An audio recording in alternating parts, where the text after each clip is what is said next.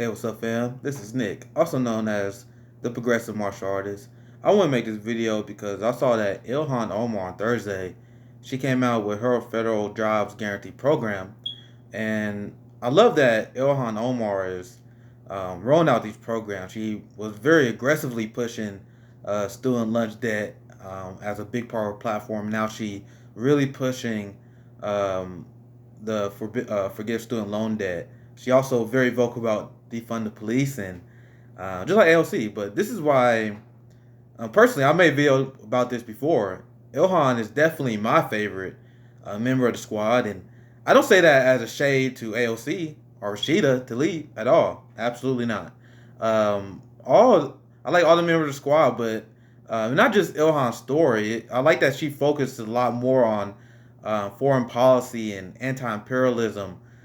And as much as in my first video I shot when I talked about how much I like Ilhan, I talk about her story, but another thing I focus on is her policy. I mean, if you look down the line, um, I agree with her probably more than any other politician in Congress. I mean, she has a few votes I disagree with, but down the line, she's just a spectacular progressive, and she'd be a very strong leader for our movement for a very long time. In terms of the actual legislation, the details, it was like 10% unemployment in the area will qualify the area for a federal jobs guarantee program, or 2 times higher than national average. And this kind of gets into why I'm in favor of a federal jobs guarantee program, because once again, I'm in favor of progressive economics that uplifts the working class. Now, there's been a debate about whether it should be a UBI or a federal jobs guarantee program, and my response to that is, why are you limiting the options of the working class here? I mean, do you guys just miss that they did a $5 trillion bailout of Wall Street and corporations? Do you guys just miss that?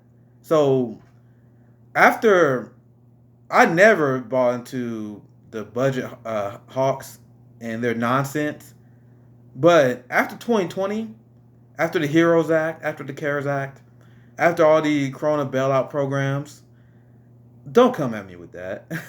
So you can have a federal jobs guarantee program, and another good thing about the legislation is it's at least $15 an hour. That's in her legislation. So a strong living wage on there, on top of a UBI. I am an advocate for a thriving living wage, because if you have a thriving living wage, everyone who have a job, wants a job, can get a job, pay at least $15 an hour, and you get the UBI that stacks on top of that, you can really invest into the economy as well. Like, you can buy homes, you can buy cars. This is my main example. This is something I seen when I used to sell cars. I mean, we would sell cars to a few rich motherfuckers every once in a while who would beat us down with a discount, but the amount of cars we was able to sell has been significantly decreased because the way the working class has been beat up. The amount of people that can just go in and buy cars is not, it's just not there, and it hurts everybody, because if more people were able to buy cars, I'm able to sell more cars, and I'm able to make more money, and then I'm able to put more money into the economy. And then we're able to buy houses, and all these purchases that we were doing, we are stimulating the economy. We are adding tax revenue. This is very simple trickle up economics. And this is something that the Democratic establishment and the liberal class fight against. They believe in Reaganomics. Barack Obama, self-admitted moderate Republican in the 80s. Joe Biden pushed Reaganomics. Bill Clinton mastered and honed Reaganomics and made it very PR worthy. Yeah, he was really good at selling neoliberal centrism.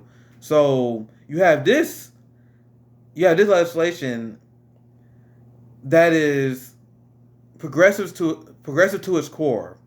And what I mean by that is that you have the ruling class pay their fair share that can fund this job guarantee program. And then, if you look at the legislation, it's going to focus on areas with high level unemployment. Like I said earlier, at least 10% unemployment, or at least 2 times higher than national average, which is smart because if we ever get this unemployment down, this program will still be able to be enacted, because guess who will be benefited the most out of this program? The disenfranchised community, African American community, which unemployment rate is 2 times higher than white Americans, usually on average. Usually on average, it depends on area, but on average, usually about 2 times higher. So whenever there's a economic crisis and white America is struggling, trust me, that struggle that you guys feel during the economic crisis is where black families at all the time, 24/7. Your guys' unemployment rate during COVID is like where African American unemployment is all the time. So with that said, even when this unemployment crisis, if we can get this under control, black unemployment is still going to be high. It's going to be 2 times higher than national average, which is why this bill was very smartly crafted. So these job guarantee programs will be focused in these areas. And just one more thing I want to touch base on, because once again, I'm a big nerd for this kind of economics, and I love progressive style economics. And this is a big rebuke of conservative ideology, and this is why you never see conservative actually debate Ilhan Omar on economics without ever strawmanning her argument and giving her time to respond. And they never do that to the left in general, because when they talk about ideas, they pretend that we are just freeloaders who want free money. Now look at this. Now look at this bill. This is a federal jobs guarantee. I mean, we want to work. No one wants to be poor. No one wants to be doing nothing and not be fulfilled in their life. And that's a great point that Bernie Sanders made. I think a lot of people in the Yang game misunderstood, because Bernie said that people want to be fulfilled, and you can see that in studies where there's some people that retire and they fall into a Great Depression because they lose their sense of purpose. Me personally, I think your purpose shouldn't be making other people's money. I would never understand that, but I'm not here to judge on that. That's a fact. People want to work, they want to be active. So the conservative dogma that the working class and us socialists are just asking for handouts with our policies. The policies that we're proposing, actually electorally, is very moderate. We asking for a job program. We were asking to work. We asking for a living wage on top of that. So the idea, my main point is that conservatives can never ever argue against us without strawmanning our argument. They will never actually argue against a federal jobs guarantee program. They will turn around and say that we don't want jobs while we're pushing the jobs guarantee program. And this harsh opposition that challenges their economic philosophy is why Ilhan Omar and the squad are the real opposition party to the Republicans.